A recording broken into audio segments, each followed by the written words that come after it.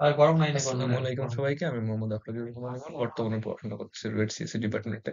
তো আজকে আমাদের ঢাকা বিশ্ববিদ্যালয় 2024-25 সেশনের ভর্তি পরীক্ষা অনুষ্ঠিত হলো। সেই ভর্তি পরীক্ষার ম্যাথ কোশ্চেন পার্ট টুকু রয়েছে, সেই পার্ট টুকু আমরা সলভ আজকে দেখার ট্রাই করব। সো কথা না বাড়িয়ে চলো শুরু করি। সো এটা হচ্ছে আমাদের প্রথম কোশ্চেন। এটা হচ্ছে নির্ণায়ক থেকে আসছে প্রথম কোশ্চেনটা। একদম ইজি কোশ্চেন, এটা রিপিট কোশ্চেন একটা। সেখানে বলছে যে এই নির্ণায়কের মানটা কত। সো আমরা কি করব, এই যে এটা হচ্ছে আমাদের ১ নাম্বার কলাম, এটা হচ্ছে আমাদের ২ নাম্বার কলাম, এটা হচ্ছে আমাদের ৩ নাম্বার কলাম। সো আমরা কি করব, এই ১ নাম্বার কলামকে আমরা a দ্বারা গুণ করব। a দ্বারা গুণ করব। ২ নাম্বার কলামকে আমরা মনে, মনে b দ্বারা গুণ করব এবং ৩ নাম্বার কলামকে আমরা মনে, মনে c দ্বারা গুণ করব। এখন অনেকের মনে হইতে পারতেছে যে কেন আমরা এখানে ১ম কলামকে a দ্বারা গুণ করলাম, দ্বিতীয় কলামকে b দ্বারা গুণ করলাম এবং তৃতীয় কলামকে c দ্বারা গুণ করলাম। না, ভালো করে দেখতে পারো যে আমাদের ২ নম্বর যে সারিটা রয়েছে এখানে 1/a রয়েছে। তাহলে আমরা যদি a দ্বারা গুণন করি তাহলে কি হবে এটা? এটা আমাদের কাটাকাটি চলে যাবে। এখানে 1 থাকবে। এখানে b দ্বারা গুণ করলে b টা কাটাকাটি চলে যাবে, 1 থাকবে এবং c দ্বারা গুণ করলে c টা কাটাকাটি চলে যাওয়ার পর 1 থাকবে। এবং উপরে দেখো ABC হবে এবং ABC হবে এবং ABC হবে। মানে মানে আমি যদি এখন ABC দ্বারা গুণ করি তাহলে আমাদের যে নির্ণায়কটা আসছে সেটা আসতেছে আমাদের কি? ABC, এখানে 1, এখানে আসতেছে কি? A square. আবার এখানে আসতেছে কি? ABC, এখানে আসতেছে 1 এবং এখানে আসতেছে b স্কয়ার। এবং এখানে আসতেছে কি? ABC, এখানে আসতেছে 1, এখানে আসতেছে c স্কয়ার। সো কি নির্ণায়কের যেকোনো ২ টা সারি, যেকোনো ২ টা সারি বা যেকোনো ২ টা কলাম এর মান যদি সমান হয় তাহলে কি হয়? আমাদের এই যে ১ম সারি এবং ২য় সারি এই ২ টার মান কি? আমাদের সমান আসছে। তাহলে এই নির্ণায়কের মান কত? এই নির্ণায়কের মান হচ্ছে আমাদের 0। সো আমাদের অ্যান্সার 0। সহজ কোয়েশ্চেন। সো আমাদের ২ নাম্বার স্লাইডে কি বলছে? ২ নাম্বার স্লাইডে বলছে যে এত সরলরেখা এবং এত সরলরেখার সমীকরণ দ্বারা একই সরলরেখা প্রকাশ করলে a আর b এর মান কত? এটা তো খুবই একটা ইজি কোশ্চেন। তো এখানে আমাদের কি হবে? সরলরেখা দুটোকে আমরা সেম নিয়ে নেব। অর্থাৎ এখানে যদি আমরা ইকুয়াল এর পরে ২১ রাখি অর্থাৎ ধ্রুবক সংখ্যা রাখি তাহলে এখানে কি ইকুয়াল এর পর আমরা ধ্রুবক সংখ্যা রাখবো। তাহলে এখানে ইকুয়াল এর পর ধ্রুবক সংখ্যা রাখলে এখানে হবে -6। তাহলে আমরা এখন কি করব? যদি একই সরলরেখা যদি নির্দেশ করে তাহলে আমাদের কি হয়? x এর সহগ আর এই সমীকরণে x এর সহগ আর এই সমীকরণে x এর সহগের অনুপাত, এই সমীকরণে y সহগ এবং এই সমীকরণে y সহগের অনুপাত এবং এই সমীকরণের ধ্রুবক পদ এবং এই সমীকরণের ধ্রুবক পদের যে অনুপাত সেটা আমাদের সমান হয়। তাহলে আমরা কি লিখতে পারি? 3 divided by 2a is equal to um 7 divided by -3b is equal to 21 divided by -6। So আমরা এখন ক্যালকুলেশন করে কি করব? জাস্ট a এর মানটা বের করব আর b এর মানটা বের করব। তাহলে আমরা কি করব? এইটা আর এটা দুটো এখন ক্যালকুলেশন করে জাস্ট a এর মানটা বের করব। তাহলে আমাদের কি হবে? 3 divided by 2a is equal to 21 divided by -6। So এখান থেকে যদি আমরা ক্যালকুলেশন করি তাহলে আমাদের আসতেছে কত? 2a into 21 is equal two -18। So এখান থেকে আমরা যদি ক্যালকুলেশন করি তাহলে আমাদের আসতেছে a ইজ ইকুয়াল টু আসতেছে আমাদের -3/7। সো এখানে আমাদের অপশনের মধ্যে একটা অপশনের মধ্যেই -3/7 আছে a এর মান। তাহলে আমাদের b এর মানটা বের করার কোনো দরকার নেই। তাহলে আমাদের অ্যান্সার হবে b নাম্বারটা।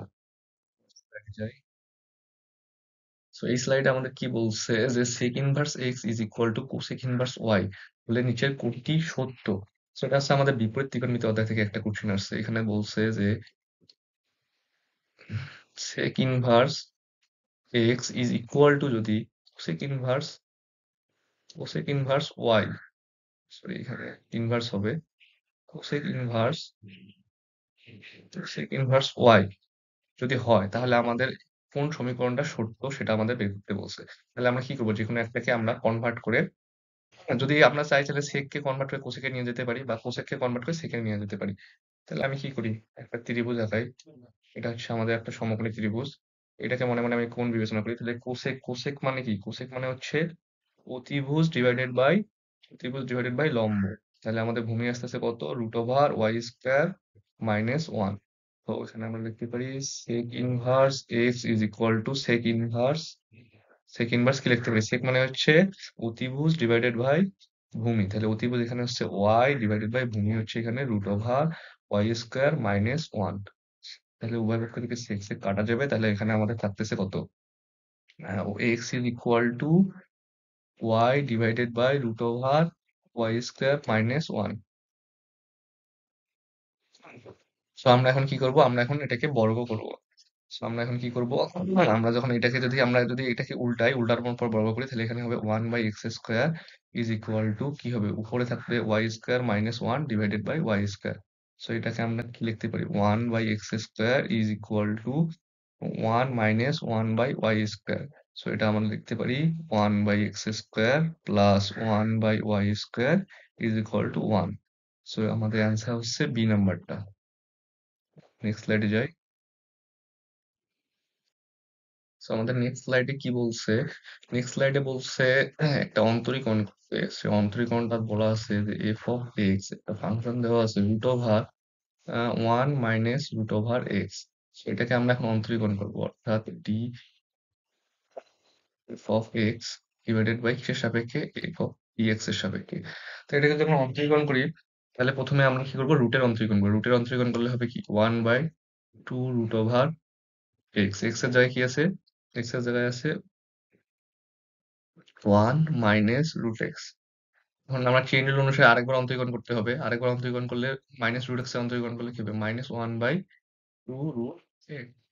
সো এটাকে যদি আমরা ক্যালকুলেশন করি, তাহলে আমাদের আসতেছে সামনে একটা -1 divided by 4 √x into root over 1 - √x। So আমাদের অ্যান্সার হচ্ছে, এখানে আমাদের অ্যান্সার হচ্ছে ডি নাম্বার। স্লাইডে যাই। স্লাইডে কি বলছে, একটি ভবনের ছাদ থেকে মুক্তভাবে পড়ন্ত একটি বস্তু মাটিতে পড়তে 5 সেকেন্ড সময় নেয়, তাহলে ভবনের উচ্চতা কত? এটা একদম ইজি কোশ্চেন। সো এখানে আমাদের T is equal to 5 second. So আমরা জানি এইচ ইজ ইকুয়াল টু, যেহেতু মুক্ত হবে তাহলে আমাদের আদির বেগ 0, তাহলে H is equal to half of GT square. তাহলে হাফ, জি এর মান ধরলাম মনে মনে কত, 9.80 ধরি, সমস্যা কি, জি টি টি স্কোয়ার না স্কোয়ার, তাহলে এখানে আসতেছে আমাদের 4.9 গুণন 25। সো 4.9 কে যদি আমরা মনে মনে 5 বিবেচনা করি, তাহলে 5 × 25 = 125। 125 অ্যাপ্রোক্সিমেটলি 125, তাহলে 125 এর কাছাকাছি যেটা অ্যান্সার আছে সেটাই আমরা দাগাবো। তাহলে আমাদের অ্যান্সার আছে আমাদের সি নাম্বার। স্লাইডে যাই। স্লাইডে কি বলছে, একটা সমীকরণ দিচ্ছে, দ্বিঘাত সমীকরণ, এবং সমীকরণের মূলদ্বয় বলছে এবং এ আর বি। তাহলে আমাদের এই এত এর মানটা কত সেটা বের করতে বলছে। তাহলে এই সমীকরণ থেকে আমরা কি লিখতে পারি, এ প্লাস বি মূলদ্বয়ের যোগফল কত, মূলদ্বয়ের যোগফল হচ্ছে -b/a, অর্থাৎ কি 3, এবং মূলদ্বয়ের গুণফল A B is equal two কত, -4। সো আমরা এখন কি করব, এখানে যদি আমরা লসাগু করি, তাহলে আমাদের আসতেছে, নিচে আসতেছে এ বি, উপরে আসতেছে এ প্লাস বি এবং প্লাস এ বি। সো এটার মানটা আমরা এখন বের করবো। এটার মান হচ্ছে, উপরে এ প্লাস বি এর মান হচ্ছে -3, এ বি এর মান হচ্ছে -4, -4। তাহলে আমাদের যদি এখন ক্যালকুলেশন করি, এ মাইনাস কাটা, তাহলে নিচে আসতেছে 4, তাহলে 3 - 16, তাহলে আমাদের আসতেছে অ্যান্সার -13/4। তাহলে অ্যান্সার আছে আমাদের ডি নাম্বারটা। স্লাইডে যাই। পরের স্লাইডে খুব সুন্দর একটা ম্যাথ, এই ম্যাথটা খুবই ইম্পর্টেন্ট, ভেরি ভেরি ইম্পর্টেন্ট একটা ম্যাথ ছিল। সো এটা অ্যান্সার হচ্ছে আমাদের, এই যে এখানে আছে 8 এবং এইখানে আছে যে এক্স এর সব কত, 1। তাহলে আমাদের অ্যান্সার হবে 8 ডিভাইডেড বাই এক্স এর সব কত সেটাই, তাহলে আমাদের অ্যান্সার হচ্ছে 8। তো এইরকম ম্যাথের ক্ষেত্রে একটা শর্টকাট ছিল, এই শর্টকাটটা অনেকে হয়তো দেখে গেছো, যারা দেখে গেছো তারা তো অবশ্যই পারছো। সো এখানে যদি দেওয়া থাকতো কি, এফ অফ 2x + 1, তাহলে আমাদের অ্যান্সার কত হইতো, 8 ডিভাইডেড বাই 2, তাহলে আমাদের হয়তো অ্যান্সার হয়তো 8 ডিভাইডেড বাই 2, অর্থাৎ অ্যান্সার হচ্ছে আমাদের 4। কি বলছে, √14 এককের দুটি সমান বল 120 ডিগ্রি কোণে এক বিন্দুতে কাজ করে, তাদের লব্ধির মান কত? একদম একদম সহজ কোশ্চেন। এটা হবে আমাদের আনসার, হবে আমাদের সি নাম্বারটা, কারণ এটা আমরা সবাই জানি, দুটা বল যদি 120 ডিগ্রি কোণে ক্রিয়া করে, তাহলে তাদের লব্ধির মান হয় যে কোনো একটি বলের সমান। এখানে কি বলছে, একটি ত্রিভুজের এ বি সি তিনটি বাহুর দৈর্ঘ্য যথাক্রমে 3, 5, 7 হলে কোণ সি এর মান কত? আচ্ছা, ত্রিভুজের তিনটা বাহুর দৈর্ঘ্য দেওয়া আছে, আমাদের কোণ সি এর মানটা আমাদের বের করতে বলছে। তাহলে কোণ সি এর মানটা আমরা এখন বের করবো। আর আমরা কি জানি, cos c সমান সমান কি, cos c সমান সমান, যেহেতু আমাদের সি কোণের মান বের করতে বলছে, তাহলে সি বাহু কোনটা, সি বাহু হচ্ছে আমাদের এখানে 7, এবং বি বাহু হচ্ছে আমাদের এখানে হচ্ছে 5 একক, এবং এ বাহু হচ্ছে আমাদের এখানে কত, 3 একক। তাহলে আমরা cos c কে লিখতে পারি কি, a square plus B square minus C square divided by 2ab। So এখান থেকে আমরা মান বসাবো। a এর মান হচ্ছে আমাদের 3, 3 × 9, প্লাস বি এর মান হচ্ছে 25, 5 5 বি এর মান হচ্ছে প্লাস, তাহলে 5 5 25 মাইনাস সি হচ্ছে 4 ডিভাইডেড বাই 2 গুণন 3 গুণন 5। সো এটাকে যদি আমরা ক্যালকুলেশন করি তাহলে আমাদের আসতেছে -15 ডিভাইডেড বাই 30। তো এখানে আসতেছে -হাফ। সো -হাফ মানে কত? 120 ডিগ্রি। এই তো ক নম্বর আছে। ও সো এটা তো একটা একদম সূত্র। সো এটা অ্যান্সার হচ্ছে আমাদের 1। কি বলবো, একদম একটা সূত্র তুলে দিছে। সো এখানে একটা কণিকের নিয়ামক রেখাদ্বয়ের মধ্যবর্তী দূরত্ব বের করতে বলছে। সো এটা হচ্ছে আমাদের একটা উপবৃত্ত। তাহলে যদি উপবৃত্তকে আমি সাধারণ ফরম্যাটে নিয়ে যাই তাহলে আমাদের আসতেছে X square by 25 plus Y square by কত 9 ইজ ইকুয়াল টু 1।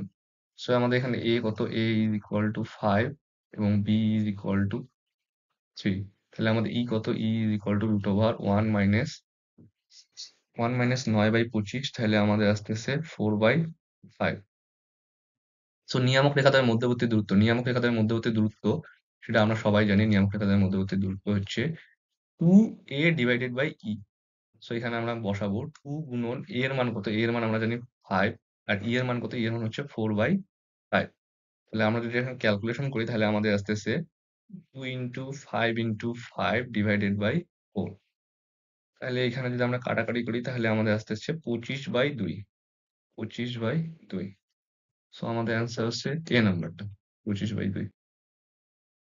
এবং পরে কি বলছে, একটা বৃত্তের সমীকরণ দেওয়া আছে, সেই বৃত্তটা এক্স অক্ষকে স্পর্শ করলে সি এর মান, এক্স অক্ষকে স্পর্শ করলে কি হয়, C square is equal to C হয়। ওয়াই অক্ষকে স্পর্শ করলে কি হয়, এক্স অক্ষকে। একদম ইজি কোশ্চেন, ওয়াই অক্ষকে স্পর্শ করলে F square is equal to C. এটা হচ্ছে ওয়াই অক্ষকে। আর যদি উভয় অক্ষকে স্পর্শ করে তাহলে হচ্ছে কি, C square is equal to F square is equal to C. এটা কি উভয় অক্ষকে।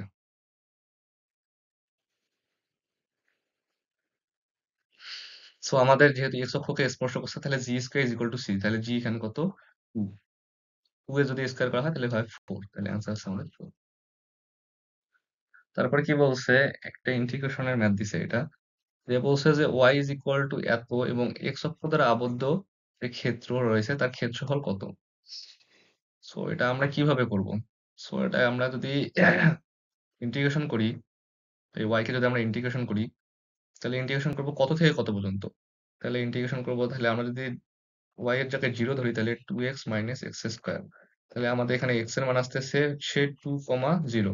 তাহলে আমরা লিমিট ধরবো 0 থেকে 2 পর্যন্ত, ইন্টিগ্রেশন করব 2x মাইনাস এক্স স্কোয়ার এই রাশিটাকে ডিএক্স এর সাপেক্ষে। তাহলে আমরা অ্যান্সারটা পেয়ে যাবো। তাহলে যদি আমরা এটাকে ইন্টিগ্রেশন করি তাহলে এখানে আসতেছে কত, ইন্টিগ্রেশন করলে এখানে আসতেছে এক্স স্কোয়ার, এখানে লিমিটটা বসাই দেই 2 0 মাইনাস 1/3 এক্স কিউব। এখানে আমি ইন্টিগ্রেশন লিমিটটা বসাই দেই 2 0। তো এখানটাকে যদি আমরা ক্যালকুলেশন করি তাহলে এখানে আসতেছে 4 মাইনাস 1/3 ইন্টু 8। তাহলে আমাদের ক্যালকুলেশন করে কি আসতেছে 4 মাইনাস 8/3। 4 মাইনাস 8/3 মানে কত, 4 মাইনাস 8/3 মানে হচ্ছে 3 12। 12 থেকে 8 গেলে 4 ডিভাইডেড বাই 3। সো অ্যান্সার হচ্ছে আমাদের ক নম্বরটা। জটিল সংখ্যা অধ্যায় থেকে একটা খুবই সহজ একটা ম্যাথ দিছে। সো আমরা একটা জানি কি, 1 plus omega plus omega square is equal two 0 এবং omega cube is equal to 1। So এখান থেকে আমরা কি লিখতে পারি, 1 প্লাস ওমেগাকে লেখা যায় -2 omega square, minus omega square লেখা যায়, মাইনাস ওমেগা স্কোয়ার, এখানে একটা আছে মাইনাস ওমেগা স্কোয়ার। ঠিক আছে, তারপরে কি ইনটু, তাহলে এখানে আছে ওমেগা প্লাস ওমেগা স্কোয়ার, এখানে কি লেখা যাবে, এখানে লেখা যাবে -1 তারপরে কি আছে ওমেগা স্কোয়ার প্লাস 1, এখানে কি লেখা যাবে -ওমেগা। সো এটা কি আসতেছে আমাদের -2 omega square into -2 into -2 omega. So এটা আমাদের আসতেছে -8 ওমেগা কিউব মানে 1, তাহলে এটা আসতেছে আমাদের -8। সো এই ছিল আমাদের ঢাকা বিশ্ববিদ্যালয়ের কোশ্চেনের সলভ। একদম ইজি ছিল কোশ্চেন গুলা, মনে হয় আমার মতে ম্যাথ পার্ট থেকে মানে সবচেয়ে ইজি ছিল, ফিজিক্স কোশ্চেন গুলো একটু হার্ড হয়েছে। সো এটাই, আসসালামু আলাইকুম।